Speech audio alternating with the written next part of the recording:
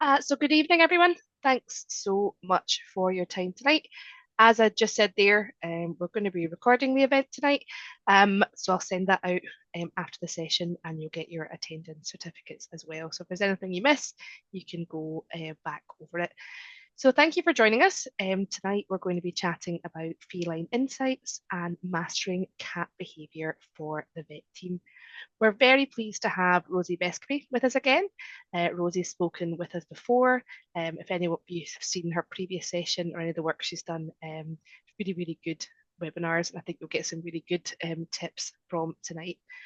So our plan for the session is Rosie's going to chat to us for about 50 minutes, and then we'll have time for a Q&A at the end. So you might notice in the bottom of the screen, there's a little Q&A button. And in there, you can press that and you can add your questions as we go through, and we'll go through them all at the end. Just a quick introduction to myself. So I'm Jill, I'm one of the vets at Protexin. So there's 10 vets in the Protexin team. So if you ever have an inquiry directly to Protexin or through your local supplier, it's often us that's dealing with it. So it's nice to have everybody here. And those of you who don't know, hello, nice to meet you, so to speak. So why are Protexin doing the event tonight? So a lot of people often think of Protexin as a gut health brand, but actually a couple of years ago, we launched a product called Serenicare. So what Serenicare is, it's a calming support for dogs and cats. It's containing a novel blend of ingredients to help manage stress, anxiety, and gut health. So what makes Serenicare quite exciting is it's a combination of alpha-casozepine, that hydrolyzed milk protein, and L-tryptophan. So we've got these kind of stress management products in there. We've also got this calming postbiotic blend, which is a bit different, and that's been shown to manage stress and anxiety-related behaviour. And we've also got Fibersol. So what that is, it's an ingredients that we have at Protexin, it's a prebiotic. So what it's trying to do is improve the gut health. So if we have a healthy microbiome, then we're going to have that better gut-brain communication and improve that kind of gut-brain axis. So as we know, and a lot of studies are going through just now, gut health is very strongly linked to brain health. So if we've got a healthy gut, it can hopefully, help us mentally as well. If you do have any questions ever on Serenicare, you can contact your territory manager or your local sales team as well.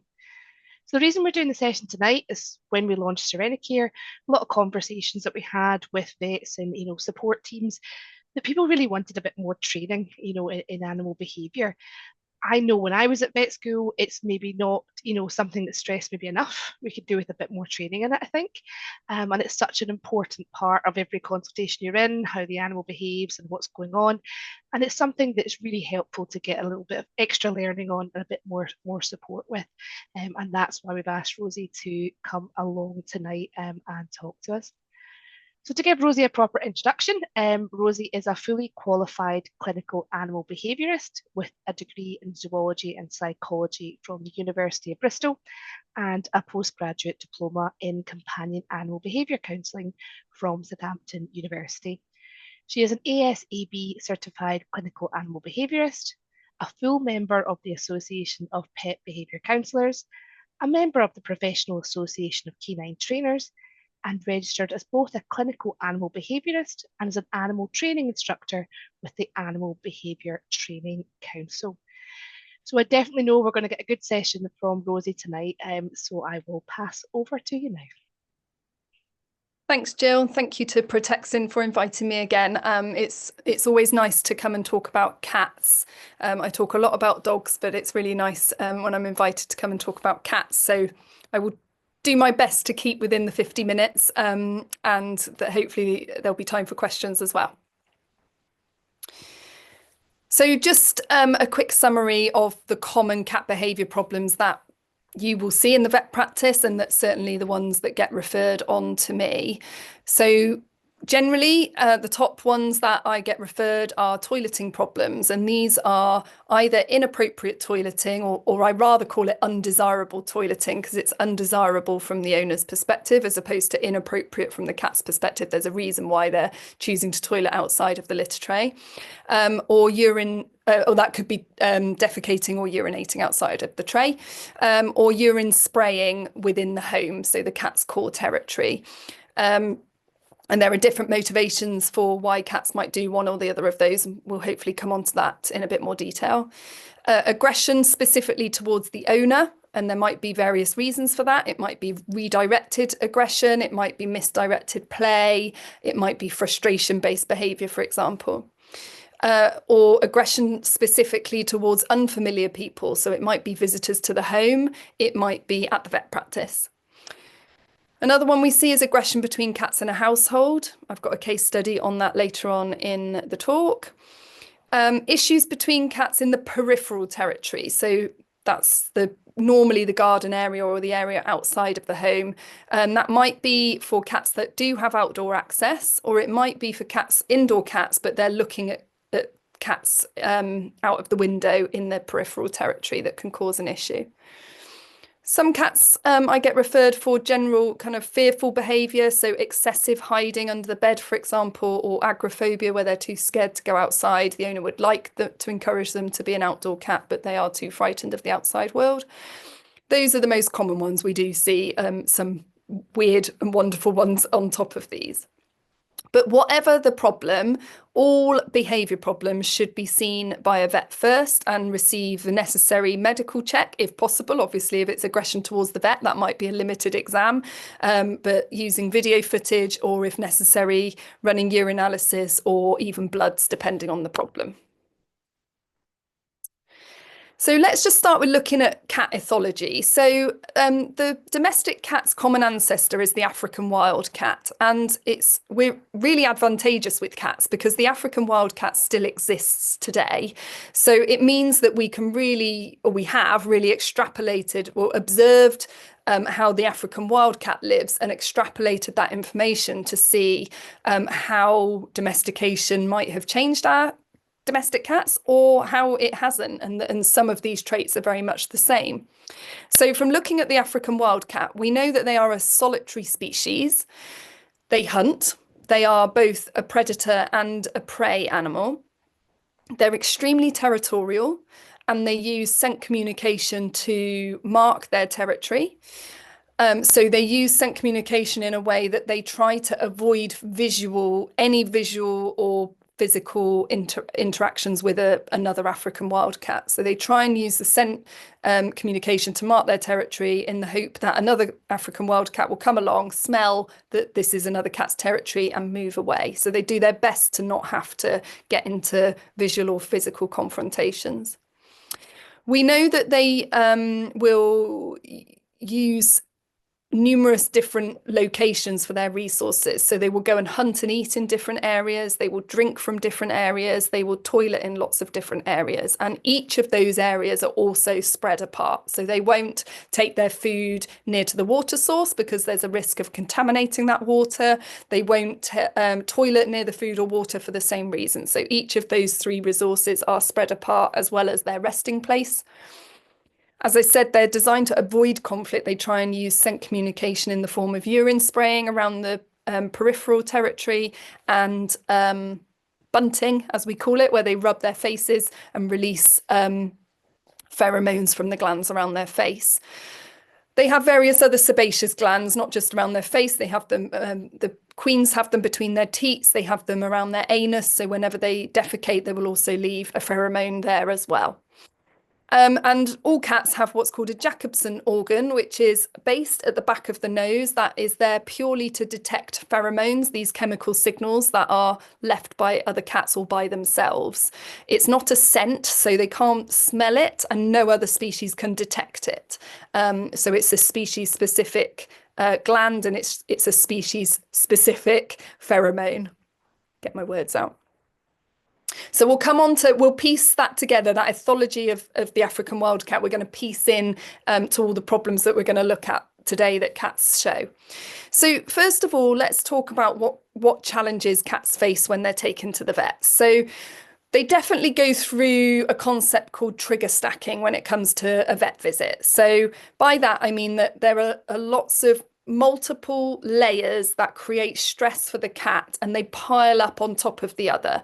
And it can mean that sometimes that by the time the vet comes to examine the cat, or it comes to sedate the cat for a general anaesthetic or whatever they're in for, the cat is very fractious and very stressed, and it's very hard to treat them or even examine them. So the first trigger that causes stress when a cat needs to go to the vet is getting them into some sort of cat carrier. Then the travel to the vets, whether they're walked there, or whether they are driven there by public transport or the car, that's going to be a stressor for them. Sitting in the waiting room around the smells of the vet practice, that might be the chemical smells of the cleaning products, it could be the smells of other stressed cats, it could be the smells of predators like dogs, for example. Being handled by unfamiliar people, that can be difficult for many cats, and we'll come on to why in a little bit more detail later. As I said, the other scents associated with the vet practice, they might be already experiencing some sort of pain or discomfort, and that's why they're being taken to the vet, so they already feel quite rubbish. Or sometimes vets have to do things that aren't particularly pleasant and might even cause pain to them when they get there. And then for some cats that are going to stay in for any amount of time, they are confined to a small kennel, cattery sized area out the back. So first of all, and I know you're all thinking, well, this isn't really our problem, this is an owner problem, but I do think if there's any way of getting posters up or leaflets out or information up in the reception area about the importance of the cat carrier, it would make everyone's lives so much easier. You will get less cancellations because you won't get the owner saying it saw the cat carrier and it ran off. And much less stressful for the cat, and it means it's not the first trigger on that trigger stacking effect. So it does start at home with the cat carrier. Now, this is my cat Fern, and a couple of photos here. You will see that I have the cat carrier out in my house all the time as part of the furniture. Now, the nice thing about a cat carrier is that cats naturally like to choose hiding places. We all know that they love a cardboard box, and there's no reason that the cat carrier can't be the equivalent of a cardboard box. It's a small dark space. And actually, if you in winter, if it gets placed by a radiator, then there's no reason why a cat without any negative history of the carrier wouldn't choose to go in and sleep in it. And you can see here, this first photo is my cat Bunting on the cat carrier herself. So she is naturally laying down those happy pheromones all around the carrier, so that when I do need to shut her in there and take her somewhere, the carrier is already strongly associated with relaxation and happy pheromones.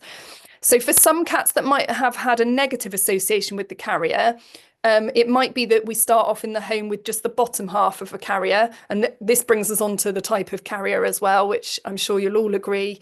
We would like all owners to have a carrier that can come apart rather than ones that you have to get the cat out without being able to take them apart. And again, maybe that's something you have as literature or information in the reception area to try and educate owners, or even stock a few of the decent sort of carriers and sell them if you have a particular nightmare case that you can't get out very easily. So leave it out as part of the furniture, make it comfortable, put some the cat's normal blankets and beds in there. We might even use some pheromone spray initially. As I said, you might start off with taking the top off, so it's just there with their bed next to somewhere warm with some pheromone spray. And in an ideal world, we would just put some treats in there every now and then so that the cat finds something delicious every time they choose to venture in there. And then when you do need to get them in the carrier to take them somewhere, you would just do the same, put some food in there, and then your cat will hopefully walk straight in, and you can close, and I'm talking about the owners here, can close the door and take the cat off. So information sheets on that is my advice in terms of vet advice to owners.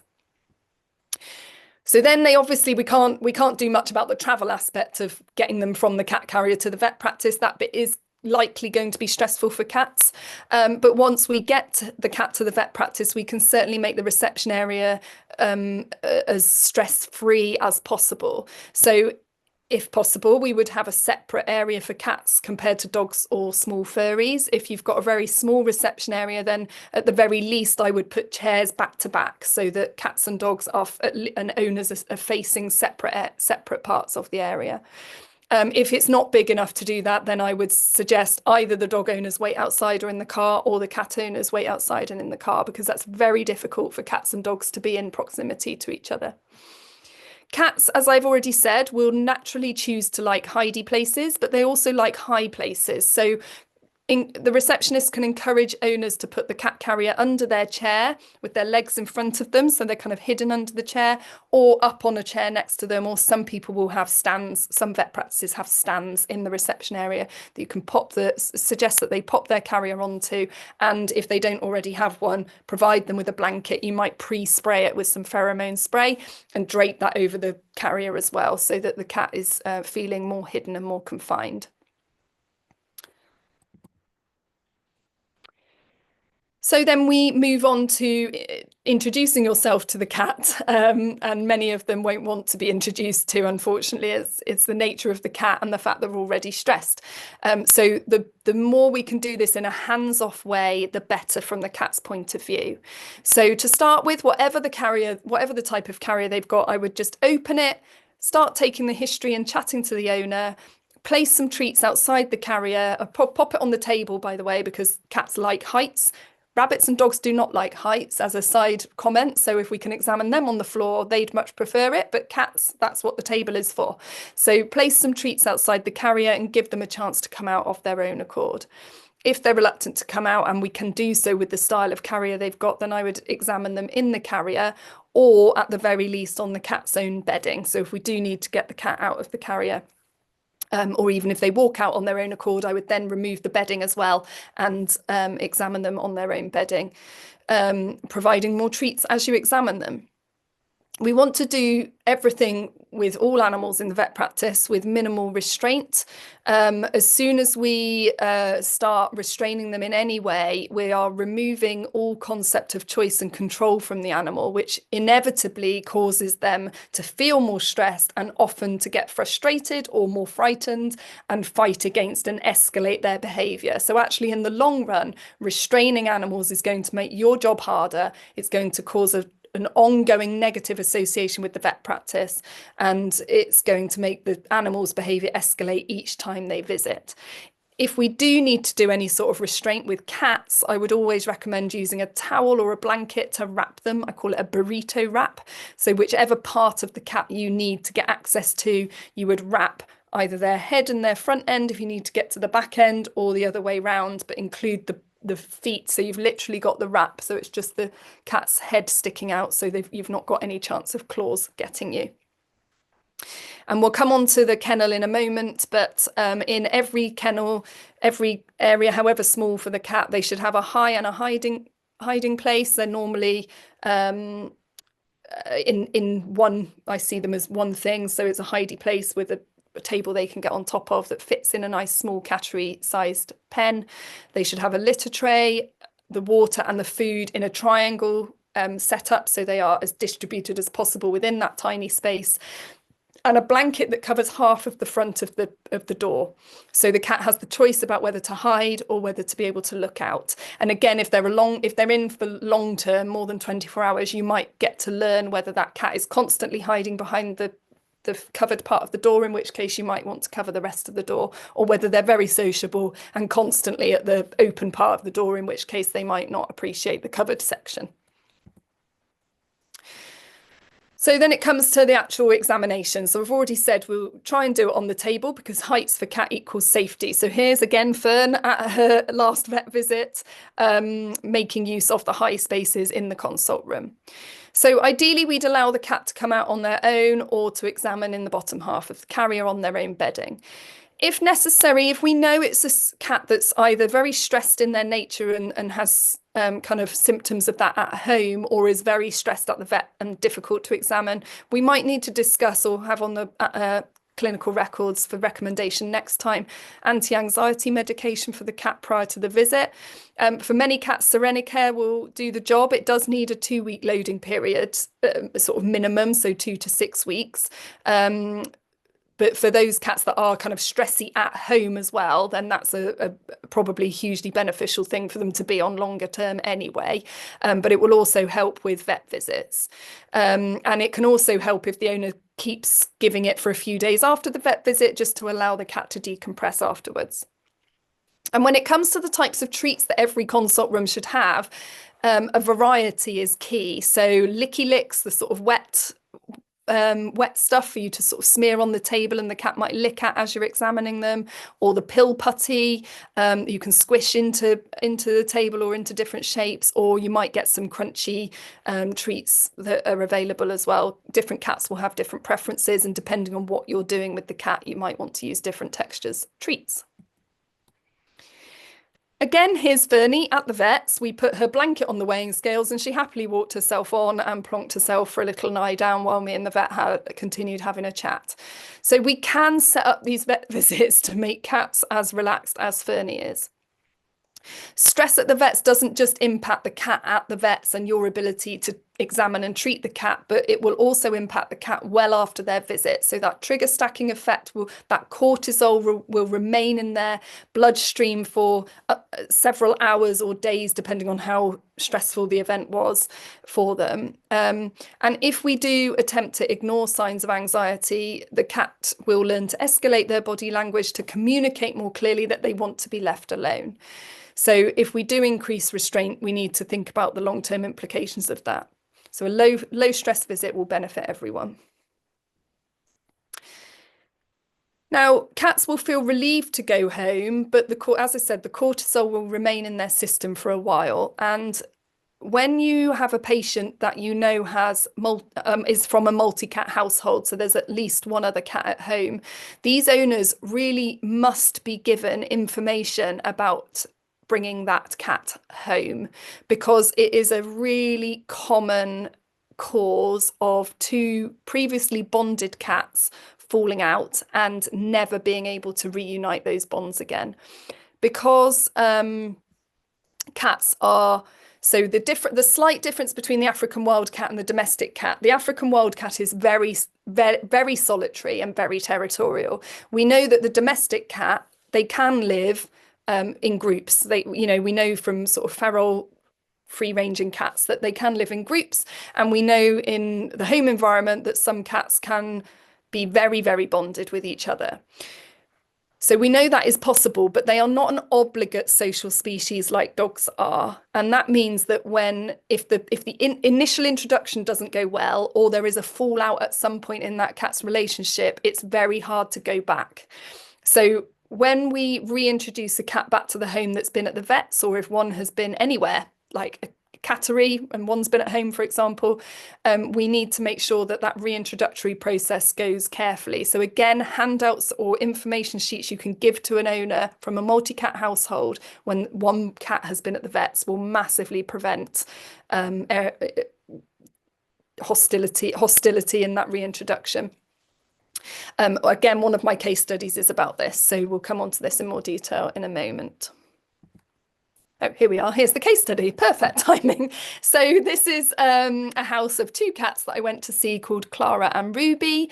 They weren't sisters, but they looked like they could be sisters, but they were previously very bonded cats. So well, they weren't very bonded, actually. I've just remembered it was a potential what we call unidirectional bond. So one of the cats was very attached to the other and would go and groom her and would choose to go and lie up next to her, whereas Ruby would never she would tolerate Clara doing that, but she would never do the same the other way around. So the cats had to have a period in a cattery where for some reason they were kept in separate pens, and Ruby had an eye problem that had required multiple trips to the vets and the owner giving eye medication at home on a regular basis, which the owner managed, but she felt that Ruby found it very stressful. And after the last vet visit for Ruby's eye, when the owner brought her back in and opened up her cat carrier, they were both hissing at each other. And ever since, the owner had reported that there was this hostility going on between them, that they would no longer go up to each other in any sort of affiliative way, or there wasn't this one directional grooming or sleeping behaviour at all. And that Ruby had also become less affectionate with the owners, seemed more anxious about going out into the garden, and she had started spraying around the house. And sometimes there was blood observed in that urine. So Ruby was quite a stressed little cat by this point. So just a quick note about catteries or rescues or the vets. So what is stressful for cats about these environments? So first of all, it's generally a much, much, much smaller space than the cat is used to. So they are suddenly very confined. That means they don't have choice about their behaviour, and they certainly don't have the option to move away or run away from things if they're feeling worried. They don't have any contact with their familiar humans. They're in an environment that's completely novel in terms of the scent profile, and scent is very important to cats and their familiar pheromones and their happy pheromones. It's boring, like when you're in a confined space and you haven't got the interaction from your familiar people or space to play. It's very boring. It can be more chaotic than at home because, again, they've only got a one view out of their environment normally, and there might be a lot of activity going on outside of there. In many places, there might be an element of sleep deprivation. Cats will obviously sleep a fair amount during the day, but if it's a busy environment all day, then their sleep's going to be deprived. They might be smelling other stressed cats, or at least other cats, even if the other cats aren't stressed. And when you've got a territorial species, that can be difficult. They're being handled by strangers. Sometimes in the vet environment, it's not going to be particularly pleasant handling in terms of unpleasant things being given to them, injected into them, etc.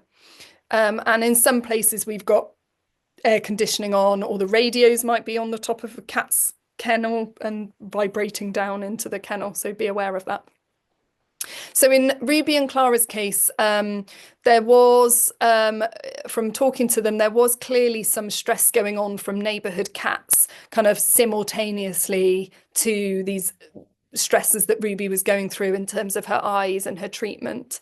So I think a new neighbour had got a young cat that was spending a lot of time in their garden and was kind of pouncing on Ruby whenever she went outside.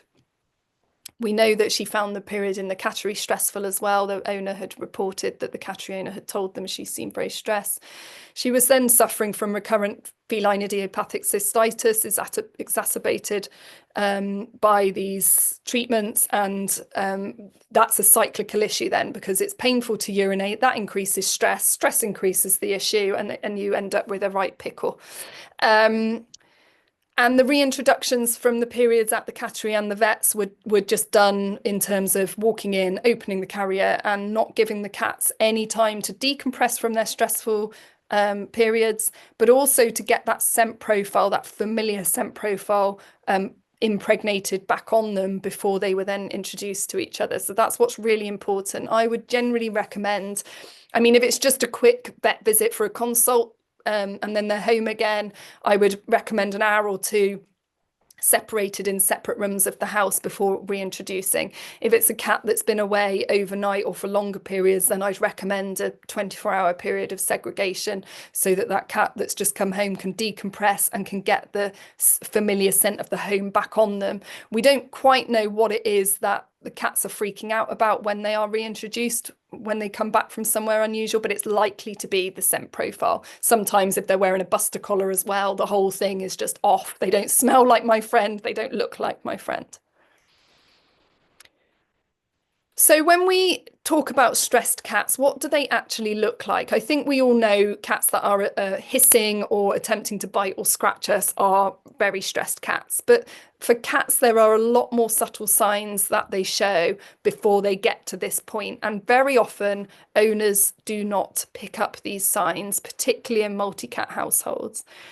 So we've got their very wide eyes, their dilated pupils, their ears might get pulled backwards. Staring in cat body language is threatening. So very often in multi-cat households, an owner will think that one cat is the nasty one, but actually they are simply responding because they have been pushed to respond by another resident cat that has been eyeballing them constantly and blocking their access to get out of a room, for example, or access to a resource. So eye contact and staring is very, very threatening in cat body language, and we really need to identify it and diffuse the situation for the cat that's being stared at. Constantly crouching and not settling down to sleep or moving away. The tail, obviously, we know that a flicking tail is not a sign of a happy cat. A sudden groom. So when a cat is having a proper groom wash, they will do so, they almost fastidiously do their whole body before they lie down and have a nice long sleep. When a cat is active and they very suddenly stop and give themselves 1 or 2 licks down quite aggressively almost, that will be in response to a minor stressor normally, but something has happened that's made them just need to do something to sort their coat out or to as a kind of displacement behavior. So cats do tend to internalize stress. It can be difficult for us to observe their body language to notice these earlier signs of stress. Then they don't show their emotions as clearly as dogs, for example, so it can be easily missed. And a lot of their stress responses end up as a kind of withdrawal or suppression of behaviors. So it means that it's not really a problem from the owner's point of view. So either gets missed or the owner just, it's not a problem to them. They're not weeing all over the house. It's not ruining the new sofas or the carpets, so therefore they don't seek advice. But things like loss of appetite, loss of self-care, grooming behavior, increased resting or pretend sleep. So this photo here is a cat that is not actually asleep, it's just pretending. Increased hiding or social withdrawal, reduced play, and reduced movement around the home or going outside are all signs of a cat that's struggling with something. But then we come on to more obvious symptoms, which are the ones that I listed at the start that generally get referred through. So the inappropriate or undesirable, urination or defecation, urine spraying inside, increased scratching on surfaces or in new locations, aggression and over-grooming, although over-grooming is very commonly a medical issue. Sometimes behavioural advice can help to just make the environment less stressful for the cat, but generally speaking, there will be a medical component to that. So what makes cats part of the same social group and bonded? They are part of the same social group if they wash each other, they sleep in physical contact, so like croissants actually touching each other, and they greet with nose sniffs or facial rubs or their tails entwined, or they might rub their bodies up against each other when they greet each other. Here's a photo of my cats. One is Fernie, who you've already met, and the other is Holly. And you might take from this photo that they are a bonded pair. They're lovely and relaxed there in their sleeping locations. They're not a bonded pair. So they don't ever choose to curl up in contact with each other or wash each other. So just because they are in close proximity here, that is out of choice because they have multiple resting places that tick all the cat boxes, like warm places next to a radiator or high places.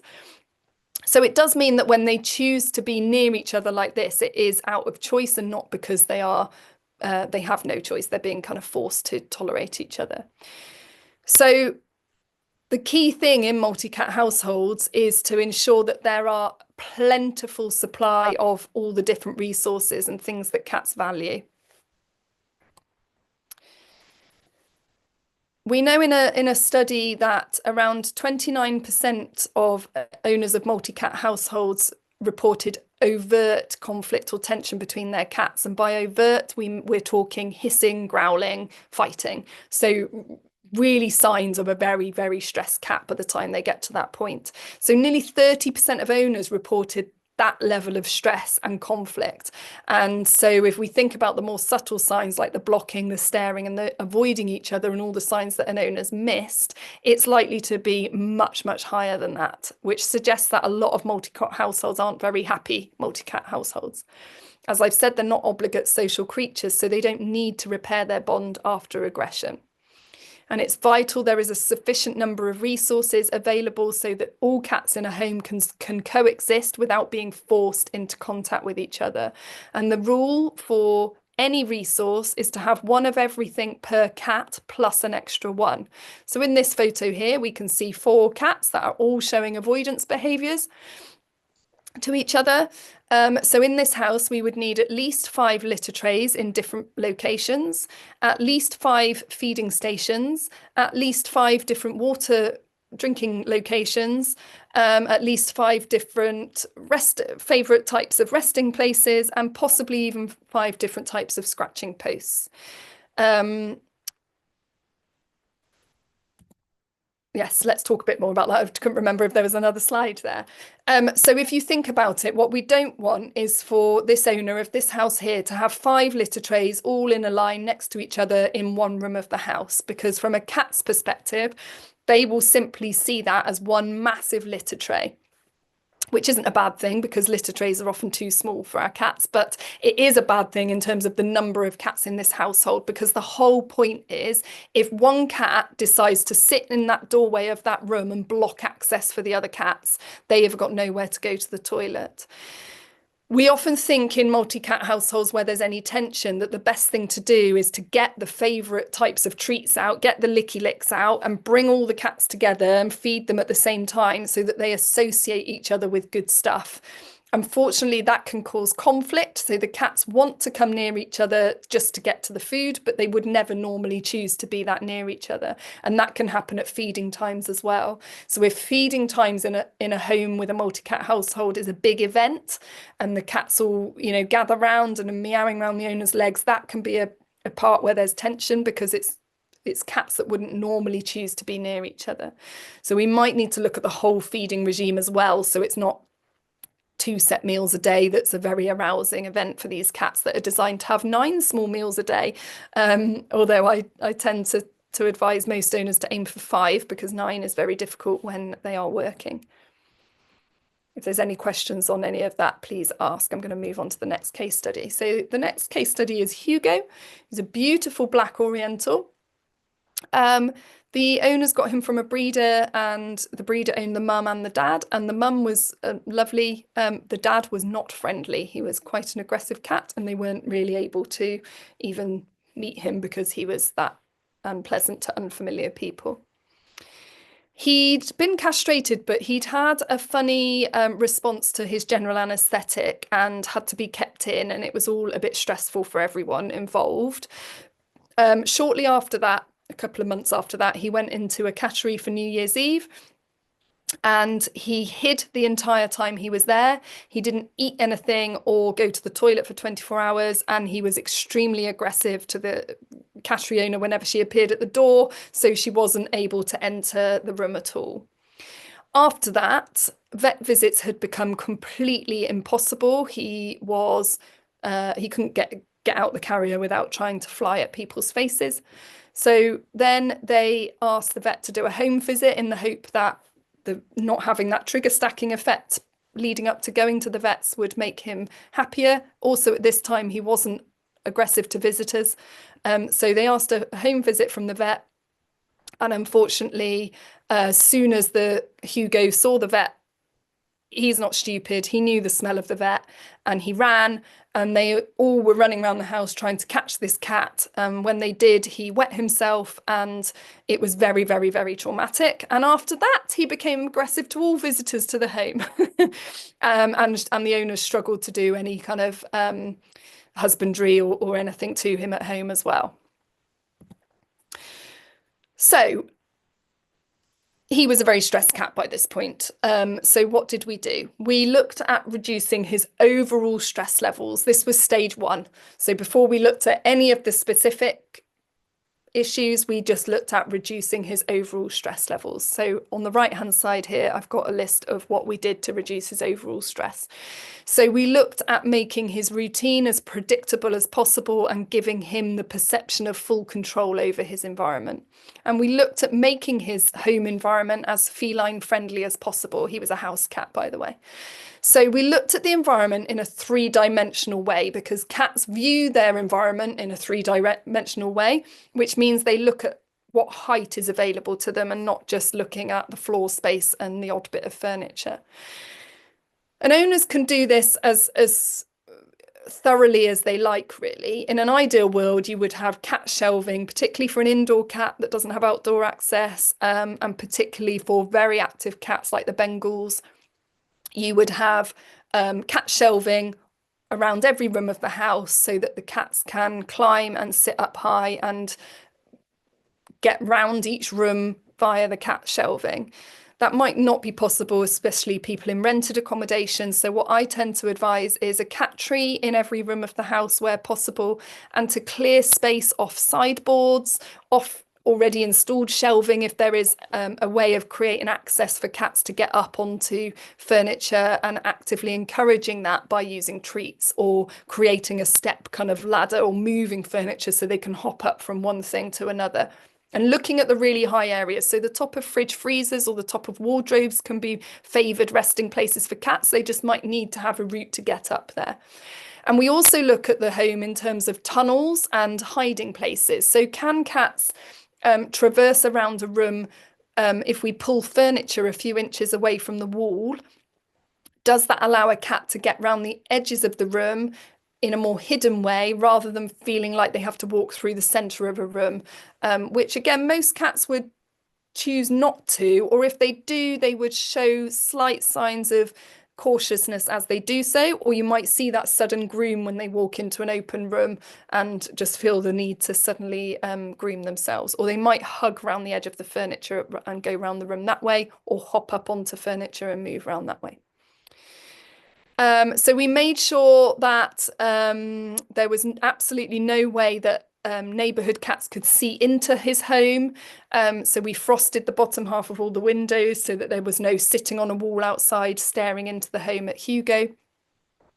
And we gave him some Serenacare and used some pheromones to help increase the perception of his home as a safe place. We looked at human interaction. So this was part of giving him the choice and control. So we made sure that we used a consent test from the owners for every interaction they did with Hugo. So they asked him to start with, do you want me to stroke you? So by doing that, they would just hold their hand near to his face.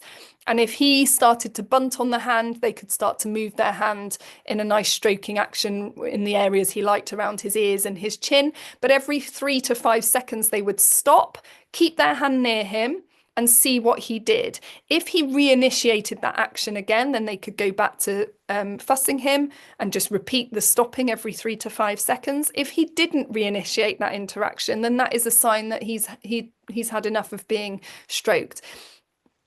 He also became a cat that liked social contact with the owners. He liked to lie on their lap, so he liked to be next to them on the sofa, but quite clearly and quite quickly it was evident when using this consent test that he didn't always want to be touched. And this kind of conversation allows him to say, yes, please. And when he's had enough, all he needs to do is nothing. And the owners know that that means no, thank you.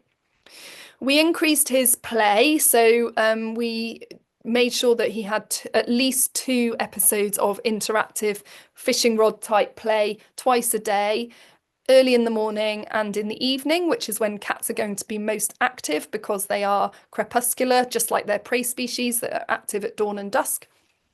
We provided him with a rotation system of small items for him to play with by himself whenever he was feeling like it. And we also provided his food, in an enriched way that he had to work for his food. And we did that in a few ways.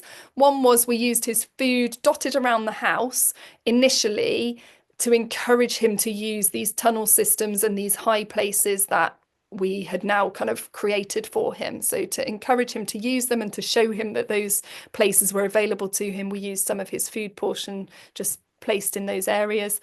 But then we also introduced activity feeders. So he actually had to manipulate items to get the food to fall out, and just using up his brain a little bit more. And I think this is very common in indoor cats, that they do get quite bored, and that is stressful for them.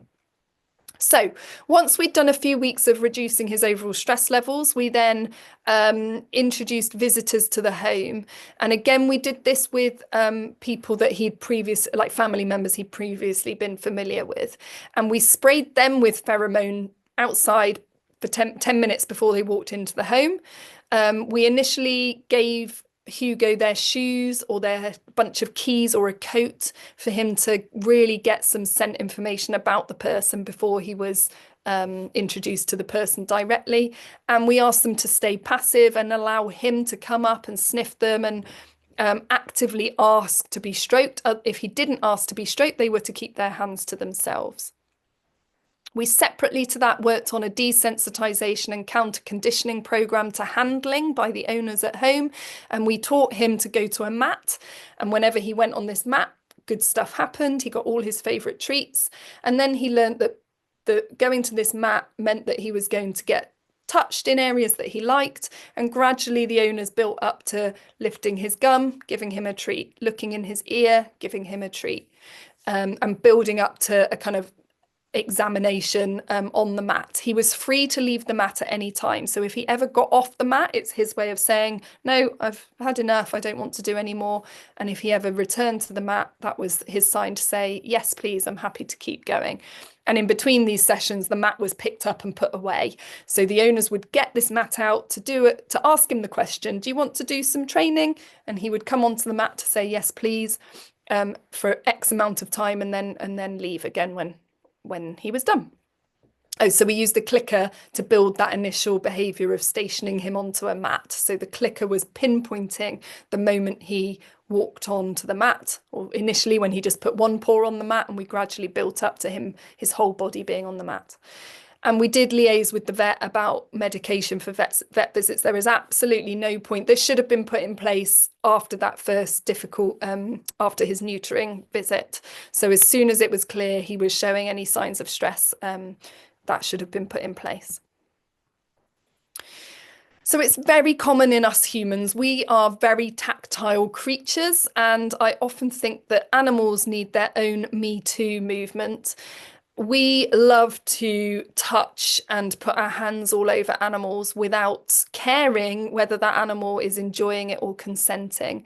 And the thing is as well with animals is that most of them navigate their world through scent far more than we do. We are visual and auditory species and tactile species. And so what will happen is an animal will approach a person simply to smell them and get information about them, which we do visually. But because the animal has approached us and come right up close to us, we think that is a way of that animal saying hi and asking to be touched. It's not. And actually, if you refrain from touching an animal that's approached you and observe them instead, what you will notice is either that they just sniff you and then choose to move away, or they sniff you but stay close but still don't want to be touched because they're still sussing you out, or they will actively ask to be touched. And when an animal actively asks to be touched, it's really obvious. So dogs will gaze or paw or nudge a person. A cat will generally start rubbing their face on the person. And again, you can just offer your hand for them to start rubbing onto your hand, and you can then build that into stroking. So we'll often see, or I'll often get referred cats that are aggressive to the owner or to people. They will tolerate so much stroking and then they'll suddenly decide they've had enough and lash out. Normally it's because they didn't give consent to be stroked in the first place, but also the problem with cats is they want to feel in control of this interaction. So if we are there then constantly touching them, we think the cat said, yes, please. And so we just start touching them and don't give them the chance to say no. They will at some point shout no. So if we just have this rule of every 3 to 5 seconds stopping and asking the question from the cat's point of view, do you want me to carry on? That just means you keep your hand near them and see what they say. And as I said, some cats want to be in proximity, but without being touched. I wouldn't want to be constantly stroked by my husband sitting on the sofa next to him. I just like sometimes sitting next to him. Another general rule is if a cat is sleeping or a dog is sleeping, just leave them be. Don't go and disturb them, even though they do look so cushy and snuggly when they're all curled up like a croissant. Try very hard not to disturb them. Certainly at least wake them verbally before you go putting your hands or even your face near to a sleeping cat. And when unfamiliar people touch a cat or stroke a cat, they are also impregnating the cat's coat with their unfamiliar scent. And I think this must be like those great aunties who have perfume all over them, and after you've given them a hug and they've insisted on giving you a massive kiss and a cuddle, you smell their perfume for the whole rest of the day. It's impregnated on you. And I think for animals that navigate their world through scent, this is what it must be like when an unfamiliar person puts their hands all over them. That cat now has got that unfamiliar person's scent until they've given themselves a really good groom and got rid of it. And that's really stressful. So again, just apply that to how a cat feels by a veterinary examination, and why using their bedding is very important. And if we do need to use any form of restraint, we use a burrito wrap, ideally with the cat's bedding, so we're not impregnating them with all these smells from the vet practice. As I said, many cat homes do not take into account the fact that cats like to hide and they like to get up high. Every cat should have the opportunity to do that. So for cats who are arthritic or older and maybe unable to jump up, they need to have more step options to still be able to get up, but without having to do the jumping. And it can be as basic as owners getting a delivery and leaving the cardboard box out for the cat to spend some time in. As I said, it could be as basic as leaving a wardrobe door open, so the cat can go into that wardrobe in a nice hidey hole and have a sleep in there. So this is all, this is all ways to de-stress for Hugo, but also just in terms of what makes a feline friendly environment for all cats. So here's a nice photo of a really inappropriate feeding and drinking station for a cat. Again, if we look back to the African wildcat, we know that cats will never choose to drink and eat near each other. So these types of food bowls should never have been invented, and they shouldn't be used in a veterinary environment either. As I said, even in those tiny confined spaces, we still need to be spacing these things out in a triangle shape as much as we can. Water bowls, from a cat's point of view, they prefer them to be ceramic, not metal and not plastic. They like the water to be filled to the brim so that they don't have to touch their whiskers on the sides of the bowl or lower their eyes so they can't keep looking out as they drink. And in the home environment, ideally we would position water bowls so that the cat can still survey the room rather than being forced to face a corner to have a drink. So they like to know, even if they're an only cat in the home and a very quiet home, it's still nicer for the cat to be able to check their territory and as they're drinking, so they feel less vulnerable. Many cats like running water, so cat fountains can be quite popular. It doesn't really matter. The choice is nice to have some stationary water and some running water. They just need to be well distributed apart in a multi-cat household, so not all in one room, for example.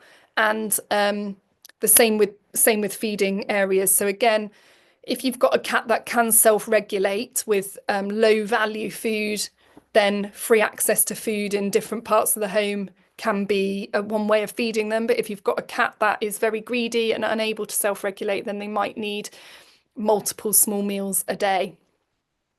And ideally, we want our cats to be working for their food. They are hunters, and the domestic cat is a scavenger. They are not designed to eat from a bowl 2 or 3 times a day. They are designed to have to work quite hard to get their food. So as well as activity feeders for food, the other types of play, I've said about small independent items for Hugo to bat around by himself. Now, variety is key, and for some cats, trial and error is key. So we want a mixture of different textures, ones that make different noises, different sizes. Some cats like to carry great big massive fake fish or whatever around, and others like a tiny little mouse. And some might be scented with catnip, for example, if you've got a cat that likes catnip. Playing twice a day is really important for most cats. Even I have known a blind 3-legged elderly cat still likes their play sessions. So again, it might need to be adjusted slightly to cater for their needs, but even if, and I think owners think that it needs to be a 15-minute full-on charge around the house type crazy play session, and it doesn't need to be that at all. 30 seconds for some cats is enough. Just getting that, whipping their head around and that little stalk and a little pounce is enough. Again, cats are designed to, they might catch one mouse and that will be it, but they might do it 9 times a day. But each individual hunting session may be very short, is what I'm trying to say. Generally speaking, I don't encourage the use of laser pens. They can be used effectively, but it's hard to not induce frustration because the cat hasn't got anything physical to catch. They keep pouncing and it keeps running away. And so we don't want the cat to get frustrated and that there's nothing physical to catch. So if you're going to play with a laser pen, the owner must have a ball of greaseproof paper with a treat wrapped up in the middle of it, and they throw that down at the end of the play session and land the laser light onto it. So they've got something to grab, to dissect and to consume at the end. And we certainly don't want people sending it up walls or onto ceilings, and again, really building that frustration and probably a risk of injury at that as well. Activity feeders don't have to be expensive. Here's an example of a homemade activity feeder from a plastic bottle or a kitchen roll cardboard tube with holes in the sides. And starting off, making sure that owners understand the concept of starting off very easy for the cat. So big holes, multiple holes, so it doesn't take much manipulation for the food to all fall out, and build the cat's confidence that they can manipulate this item to get the food to fall out. And then they might increase the difficulty by reducing the size of the holes or the number of holes. So the cat has to manipulate it for a little bit longer before food falls out, until they're basically happy to really knock a activity feeder around for a long period of time to get their dinner portion to fall out. That is everything. I think I've done all right timing wise. Brilliantly. So if there's any questions, feel free to shout. Thank you very much, Rosie. That was brilliant. Some really, really good things that I'm sure everyone can use in practice. So as Rosie said, if you have any questions, we have a Q&A box at the bottom, and just type in your question there. We have a couple in already, so we'll just start with them, and then you can just keep typing them in. So the first question we've got here from Rupert, it was going back to the idea in reception. So when you're covering cats with a blanket in the waiting room, does it matter if the blanket smells of a previous cat, or do you have to have a clean blanket every time? If it's just been used to drape over a carrier, it shouldn't smell too much of the cat. It's going to be an unfamiliar scent. So ideally, I would give it a good spray with some pheromone spray prior to, and that needs to be 10 minutes before putting it on. But if reception can maybe have 2 on rotation, so that one is, fresh, because once it's sprayed, it will last for a while. So you could spray in advance of your next cat patient coming, and then use that to drape over, and just rotate, so each gets a fresh spray at least in between each cat's probably the best thing. Perfect. I do. So next question we've got here from Angela. Thank you for the great talk. Do you have similar recovery time after vet visits when both cats go to the vets? Again, it depends. So if they are a bonded pair, so you might need to get information from the owner about the cat's interactions at home and make sure they're ticking all those boxes, they're definitely a bonded pair, then I would suggest the cats come together and they stay in a kennel together, in which case then they return home together and they shouldn't need that reintroduction. But yes, if they've both been to the vets and had to recover from a GA in separate areas, for example, then yes, separate trips home, separate room for a rest of the day, and then open up. Yeah, that's right. I think that answers the next question that came in as well, is should cats come in separate carriers, either bonded or not? It depends what they're coming in. If they're coming in for a consult, shove them in one, and they're bonded, shove them in a carrier together. They probably appreciate the comfort. If they are not bonded, then separate carriers, definitely, full stop. And if they are coming in for GA, then probably separate. You can take them there in one carrier, but once they're sort of recovering, separate. Awesome. So we've got another one here. So on the whole, you'd obviously mentioned about the radios and the vibration in the ward, but are radios a good or bad idea for the cattery or cat ward? I don't think I would just be mindful of what's coming out of the radio. So, you know, classic FM or Radio 4 type talking type of station. Those of you in the UK that are listening anyway, a talking channel or a classic music channel would be fine. But just try and avoid heavy rock or real upbeat kind of, yeah, music. Perfect. Well, that's brilliant. So if there's one more question come through. So does it matter what food bowls are made of? We use ceramic for water and plastic for food or charity practice. I don't think it does matter. No, I don't think there's been a preference test. Again, be interesting to see. I use plastic for my cats actually. I hadn't thought of that. So yeah, I don't think it matters. And we just got one more come through as well. How can you tell the difference between playing and fighting? I have two boys who are brothers, and they do groom and sleep together, but they seem to scrap. I had a slide on that and I took it out. Um, so play will generally be quiet, generally. But they'll still do the kind of posturing of, you know, back arched back and bouncing around from each other, but it's generally quiet. And if one of them starts to become noisy, it's normally that the other one's taken it too far. And it's mutual. So each cat will pounce towards the other and roll on top of each other. And it's not just one cat chasing the other relentlessly or being on top relentlessly.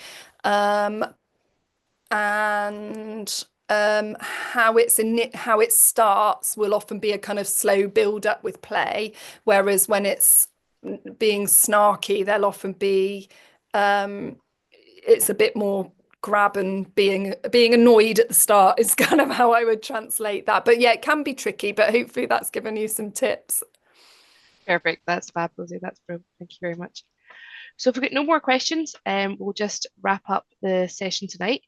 Thank you so much, Rosie. It was a great session. We're getting lots of notes in here. Thank you very much. Very useful. Thank you so much. So as I said, I will, once we have it, send out the recording. Please feel free to share it with colleagues as well. We want to get everybody working hard and having good behavioural practices when it comes to our cats. So thank you very much, Rosie, and good night, everybody. Good night.